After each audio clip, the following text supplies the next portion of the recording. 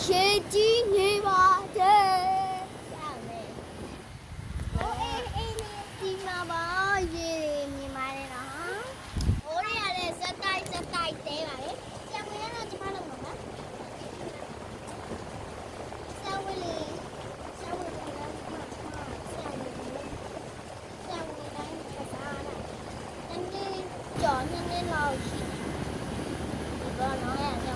အောင်ဘာတရားတော့ရှေးဖြန်းနေခလို့ဘာကဲတော့ကစားမှာ